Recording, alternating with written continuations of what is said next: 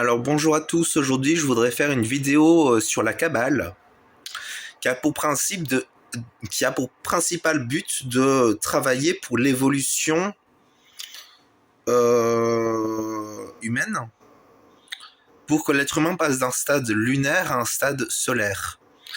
C'est-à-dire que donc on sait tous que nous avons un thème astral, au moins selon mes connaissances, lors de l'incarnation. Et donc mon propos, c'est de simplement dire, au lieu que nos comportements soient influencés par notre lune, donc nos émotions, pourquoi ne pas chercher à ce que nos comportements soient déterminés par notre soleil? Parce que c'est ça la problématique. Bien souvent, nous sommes bien plus lunaires que solaires.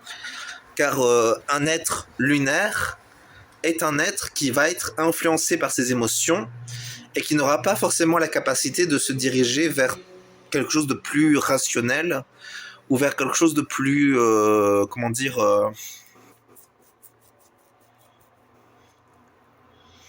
quelque chose de plus solaire, de plus lumineux, on va dire, de plus conscient, on pourrait dire même.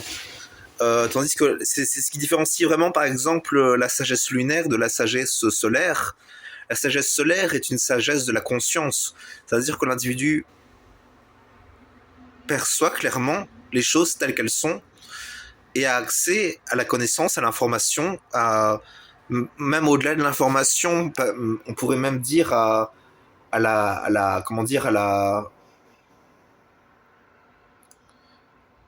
je sais pas si vous percevez ce que je veux dire, mais vous voyez, il y a quand même une différence entre être conscient et avoir la connaissance. C'est pas tout à fait la même chose. Et à côté, la sagesse lunaire, ça va être une sagesse des émotions, avoir cette capacité à répondre aux besoins émotionnels des gens, avoir cette capacité à gérer même ses émotions à la sagesse lunaire. Et donc, mon propos, c'est comment passer de la sagesse lunaire à la sagesse solaire. Alors, il faut savoir que c'est influencé par nos signes lunaires, soleil, solaire, ascendant et plutonien et neptunien. Mais pour résumer la chose, on va se limiter aux signes solaires, aux signes ascendants et aux signes lunaires. Parce que c'est quand même plus simple de parler ainsi. Ça va limiter le propos, donc il y aura une partie du sujet qui ne va pas être abordée dans cette vidéo, mais on aura déjà abordé l'essentiel quand même. Donc, comment ne plus être lunaire et comment enrayer le côté lunaire? Ça, c'est vraiment le but de cette vidéo. Je vous redirige aussi vers les vidéos de Samael Aoun-Weor. Donc Samael, S-A-M-A-E-L, Aoun, A-U-N, Weor, W-E-O-R. Il a écrit des livres, notamment un livre sur... il a écrit un livre qui s'appelle Le Cinquième Évangile, et il parle dedans de comment gérer ses influences lunaires pour en quelque sorte bien gérer sa vie et ne pas tomber dans les mauvaises influences lunaires. Et c'est très important parce que le problème, c'est que la lune, c'est les émotions, et nos émotions, elles peuvent vite nous faire chuter parce qu'on a ce côté, de vouloir. On a tous une part de nous qui veut être gentil avec les autres, mais qui veut aussi répondre à ses besoins émotionnels. Le problème, c'est que si nos besoins émotionnels sont malsains, s'ils sont sombres, s'ils sont,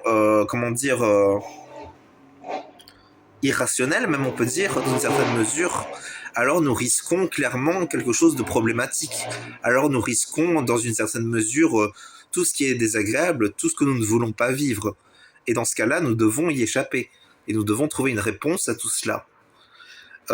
Et donc c'est ça je vous invite vraiment à aller voir les vidéos de Samael Aoun-Weor du cinquième évangile où il parle de la lune, car je pense que ça peut aider, mais je vais essayer d'abord de faire mon propos personnel parce que je pense que ça peut aider. Alors j'ai l'impression que le travail est avant tout à faire au niveau de la lune en premier lieu, puis ensuite au niveau du soleil. On pourrait être tenté de dire, mais si nous devons... Moi, j'ai été tenté au début de la vidéo de dire, il faut travailler au niveau du soleil et plutôt qu'au niveau de la lune. En fait, je pense pas. Parce que le fondement vraiment de notre être, c'est la lune. C'est vraiment la lune le fondement de notre être. Donc je pense plutôt que nous devrions travailler notre lune pour qu'elle soit toujours obéissante à notre soleil, quelque part. Il y a ce côté, quelque part, de est-ce que ma lune suit mon soleil? Est-ce que mes besoins émotionnels répondent de manière adéquate à mes besoins de conscience? Qu'est-ce que me dit ma conscience? Qu'est-ce que me dit mes besoins émotionnels? Est-ce que mes besoins émotionnels, ce que veulent mes émotions quelque part, sont en adéquation avec ce qu'indique ma conscience? Et s'il y a pas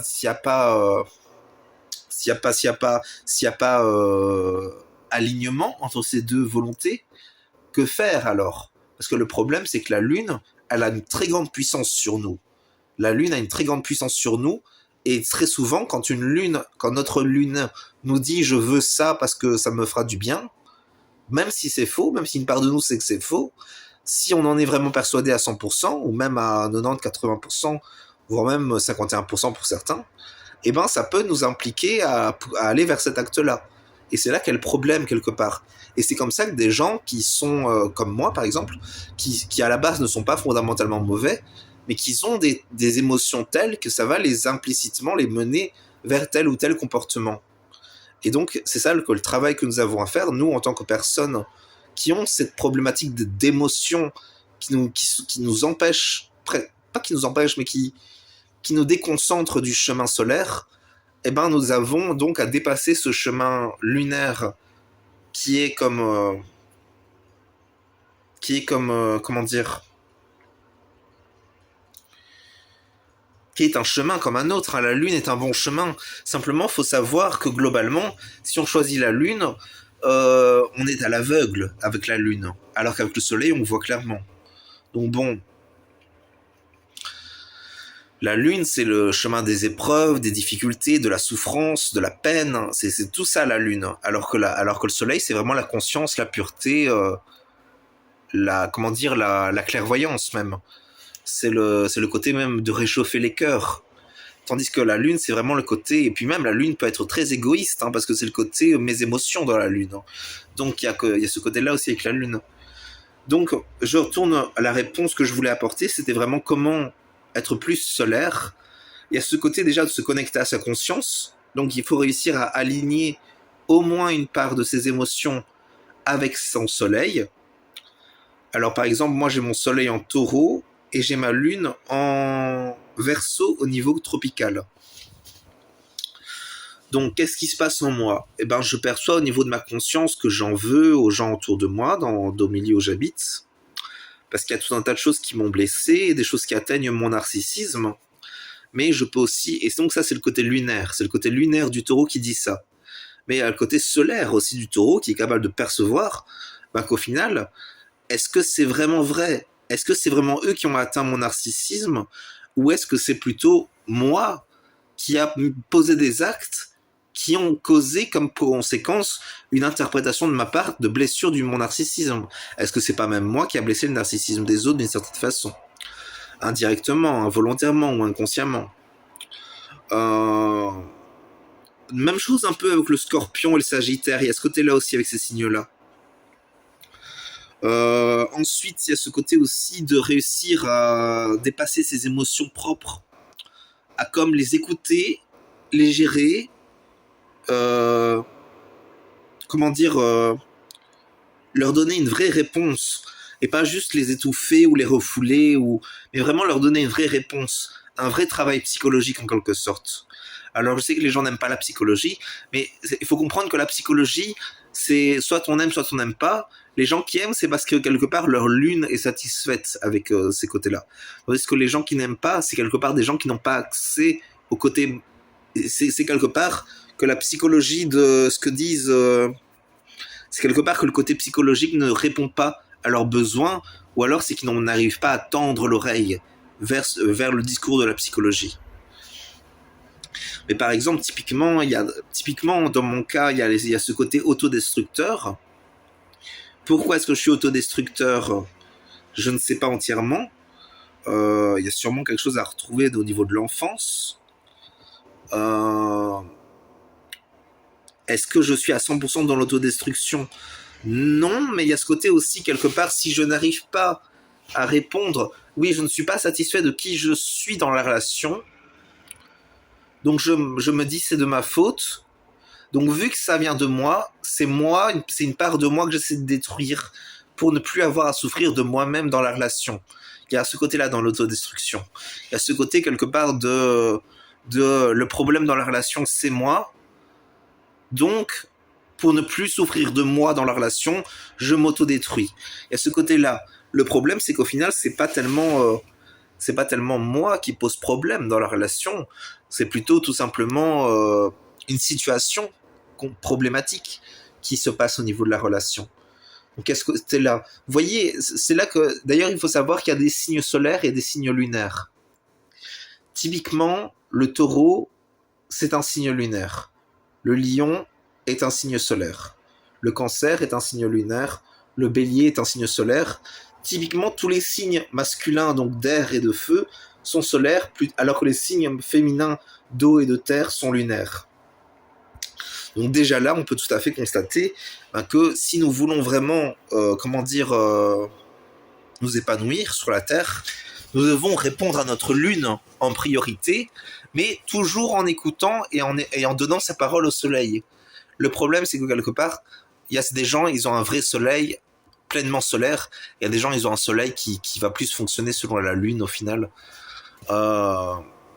Mais bien évidemment, on a tous un côté solaire, hein, c'est sûr. Simplement, le côté solaire des taureaux ou des scorpions ou des poissons, de tous les signes féminins, eh ben, ça va être un côté soleil plus dans la relation que pour les personnes qui ont un signe solaire dans un signe de feu ou d'air. Ça va plus être un signe authentiquement illuminant et chaleureux quelque part.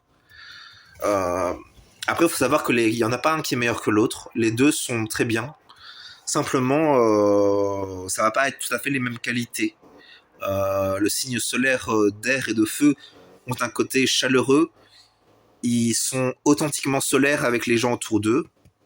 Tandis que les gens avec un soleil dans un signe féminin vont plus être comme dans la relation, dans le côté relatif, dans le côté vraiment du contact des émotions avec l'autre.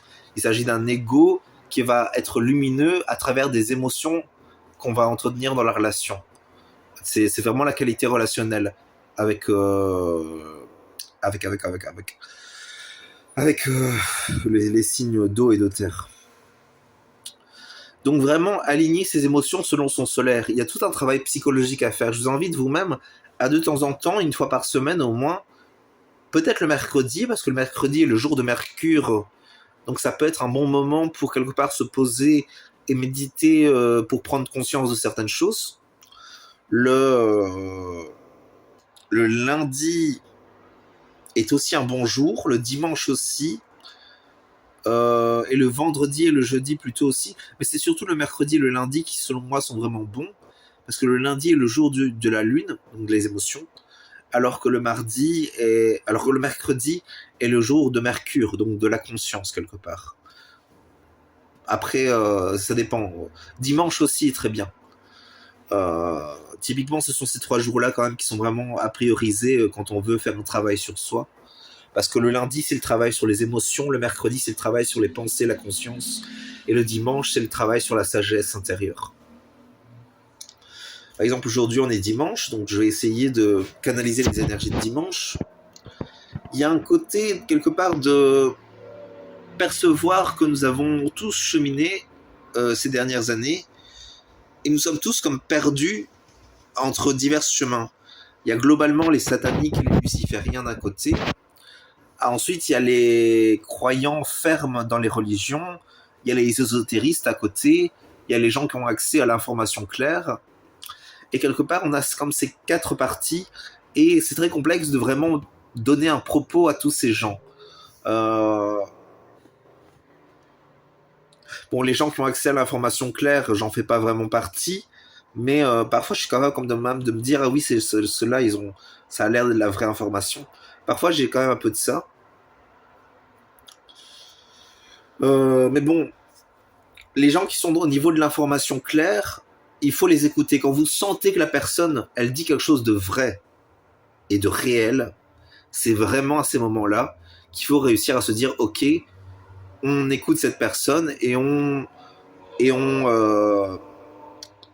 et on comment dire et comment dire on comment dire il s'agit de faire fructifier l'information, quoi, parce que c'est important, quoi.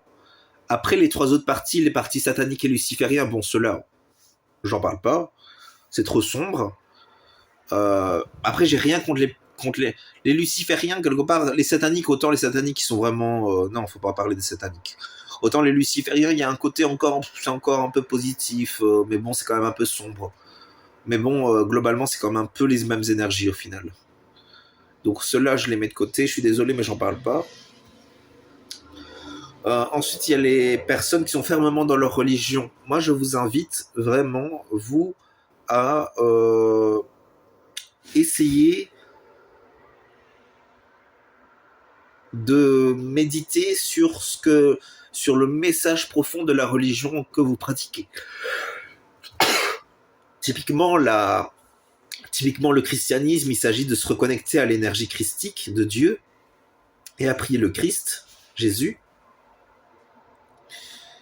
à prier le vrai Christ, Jésus le Christ.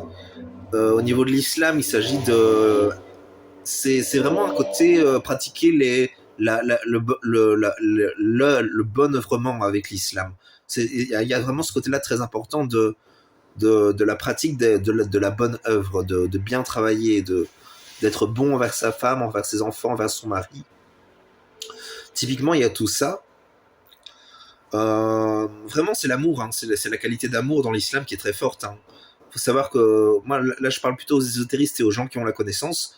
On sait que cette religion est reliée au rayon de l'intelligence d'amour. Donc, ils sont connectés à cette énergie-là, quoi. Ensuite, les chrétiens, il faut se connecter à la sagesse d'amour christique.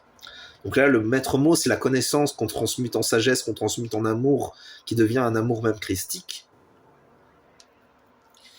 C'est pas évident pour moi d'en parler parce que je j'ai pas clairement l'information de comment décrire la chose pour que vous puissiez vraiment le percevoir et bien comprendre. Mais il y a ce côté quand même comment dire,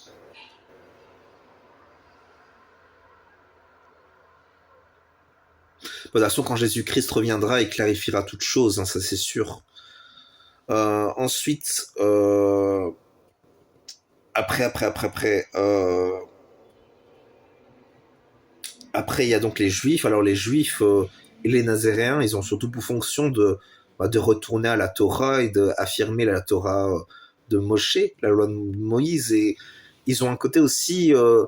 c'est complexe, hein, parce que je ne sais pas à quel point ils se rendent compte qu'ils ont désobéi à Dieu par le passé. C'est très complexe. Parce que c'est ce que disent les musulmans. Les musulmans disent que les Juifs ont désobéi à Dieu, qu'au début ils étaient des soumis et puis qu'ils ont arrêté. Moi, je perçois clairement qu'il y a une part de vrai là-dedans, pour ne pas dire que c'est entièrement vrai. À côté, il y a ce côté aussi, comment dire, ils ont perçu une... Mais il y a ce côté aussi, je vais pas à 100% les défendre, mais je veux juste dire quand même pour expliquer leur choix, qu'ils ont choisi ça parce que, quelque part, ils ont perçu qu'il y avait comme...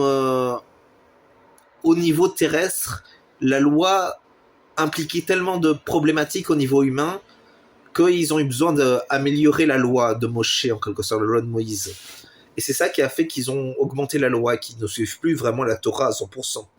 Il faut quand même le dire, si on suivait la loi de Moshe, si on suivait la loi de Moïse à 100%, il y aurait encore des esclaves, il y aurait encore des condamnations à mort, et tout ça, et tout ça. Donc bon, voilà quoi. Est-ce qu'on est vraiment censé suivre cette loi à 100%? Surtout que Jésus, quand il est arrivé, Jésus, c'est vrai que quand on y pense dans la Bible, c'est pas très clair, parce que Jésus dit clairement qu'il ne vient pas abolir la loi, mais à côté, il y a ce côté, il n'a pas été très clair sur ce qu'on devait reprendre de la loi de Moïse, quoi. Il a pas été très clair en disant telle pratique de Moshe, ça c'est à garder, etc. Il a été un peu flou, hein. C'est un peu un regret de ma part. C'est une erreur de ma part de penser ça, hein, parce que Jésus a probablement bien accompli son devoir en tant que prophète ou en tant que fils de Dieu. Mais bon, il y a probablement un manque là quand même, hein, moi je pense. Après, peut-être qu'il y a une raison ésotérique. Ensuite, comment répondre à les Nazaréens, en final, les Nazaréens qui sont probablement les gens qui sont les plus dans le juste chemin. Parce qu'au final, ce sont des gens, ils reprennent la loi de Moshe, ils reprennent les traditions des Hébreux, mais ils suivent Jésus et ils ont vraiment authentiquement la charité. Donc bon, il faut quand même le dire que c'est quand même assez... Bon, c'est très positif, faut quand même le dire, quoi. Euh, pour ne pas dire que ça semble plutôt être le bon chemin, quoi. Après, moi, je suis pas en capacité de juger quoi que ce soit. J'ai tellement péché, tellement fait de mal dans ma vie que je saurais pas juger avec droiture. Je suis même pas certain de savoir ce qu'est la droiture. Je suis quelqu'un de très émotionnel, hein. Dès que quelque chose me froisse au niveau des émotions, directement, et je suis très narcissique. Donc, vous voyez, j'ai plein de défauts, j'ai que des défauts quasiment. Donc, voilà, quoi. J'arriverai pas à vraiment discerner avec justice le sujet, quoi. Mais j'ai déjà perdu le fil, je ne sais plus de quoi je parlais. Le fait d'avoir avoué que tous mes défauts, là, c'était, c'était intense, quoi. Parce que j'ai dit beaucoup de choses sur moi sur cette chaîne, mais genre là, je viens de lâcher, j'ai l'impression d'avoir lâché vraiment tous mes défauts, là. Mais bon, vraiment, à ce sujet de chercher, moi je vous invite à chercher, parce qu'au final, c'est vrai que quand on observe bien, bon, les sataniques et les lucifériens, je pense qu'ils sont bien au courant des choses et ils sont dans leur vision des choses. Et ce sont des gens qui sont authentiquement, qui ont choisi une voie authentiquement mauvaise.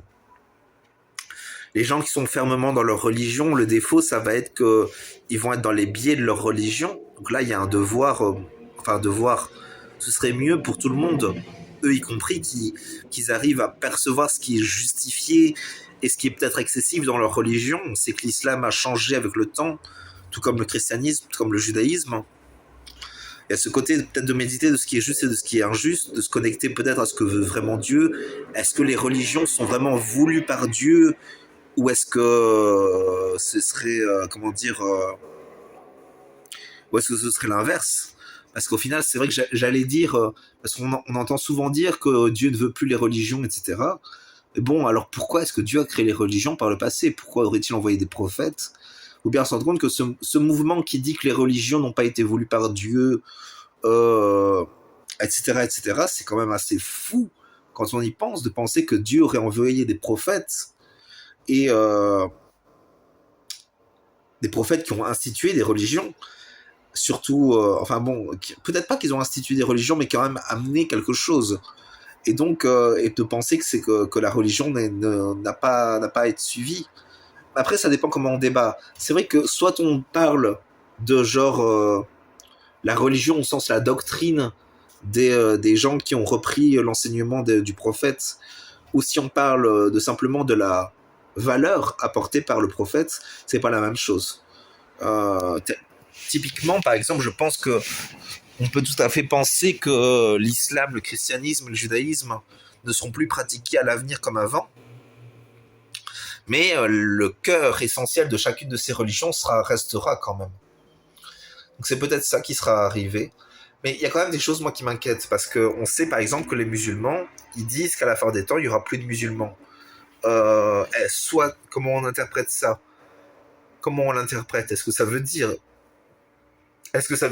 qu'on arrive effectivement dans une époque où il y aurait plus de...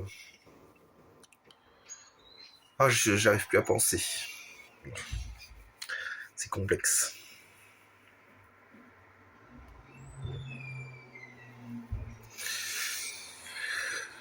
Bon, ça fait déjà 24 minutes et quelques, donc je crois que je vais m'arrêter là. Et clairement, il y a un côté de réussir à clarifier le sujet au niveau des religions. Globalement, on a tous un devoir de travail par rapport à ça. Moi, j'aimerais bien si vous êtes religieux, islam, juif, esséniens, chrétiens, nazaréens, que vous mettiez un commentaire sur comment vous voyez actuellement l'actualité au niveau des religions sur Terre, pour histoire d'en parler un peu dans les commentaires et d'avoir des informations sur tiens donc qu'est-ce que fait que ça, qu'est-ce que ça fait là ça. Ah oui, ok. Pour avoir des informations sur vos points de vue, sur comment je peux faire évoluer mes propres points de vue. J'aimerais bien des réponses sur comment sortir des problèmes d'estime de soi, du narcissisme. Parce que j'ai beau travailler là-dessus, dès que quelque chose frappe mon narcissisme venant de l'extérieur, directement, moi, ça me chamboule et ça me rend pas gentil avec les autres, quoi. Donc j'aimerais. Le problème, c'est aussi que, genre, au début, j'étais gentil, mais c'était une gentillesse qui reposait sur le narcissisme. Donc, il y avait un côté inauthentique. Donc, bon, moi, j'aimerais bien quand même pouvoir retourner à l'authenticité. Je suppose que tout être humain doit quand même pouvoir trouver un chemin de bonne vie sur la Terre. Après, il faut savoir que c'est vrai que chez les musulmans, on dit qu'il y a des gens, ils sont nés mauvais, et voilà. C'est complexe, hein, parce que moi, ça sonne pas juste, hein, ça. J'arriverais pas à y croire, quoi.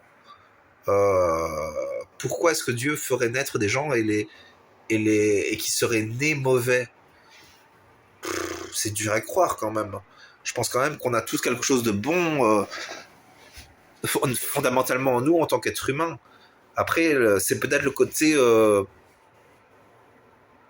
comment dire, on a tous quand même aussi un penchant vers le négatif et un penchant vers le positif. Donc bon, je ne sais pas. Je vais m'arrêter là parce que ça fait quand même longtemps. Et je sais pas à quel point cette vidéo a été utile, donc si vous pouviez aussi mettre un commentaire pour me dire si vous voudriez que je refasse un commentaire, une suite à cette vidéo. Je vais tout de suite après faire une suite à une vidéo que j'avais dit que je compléterais par le passé, parce que je crois pas avoir fait la suite en fait, donc faut que je fasse la suite, voilà.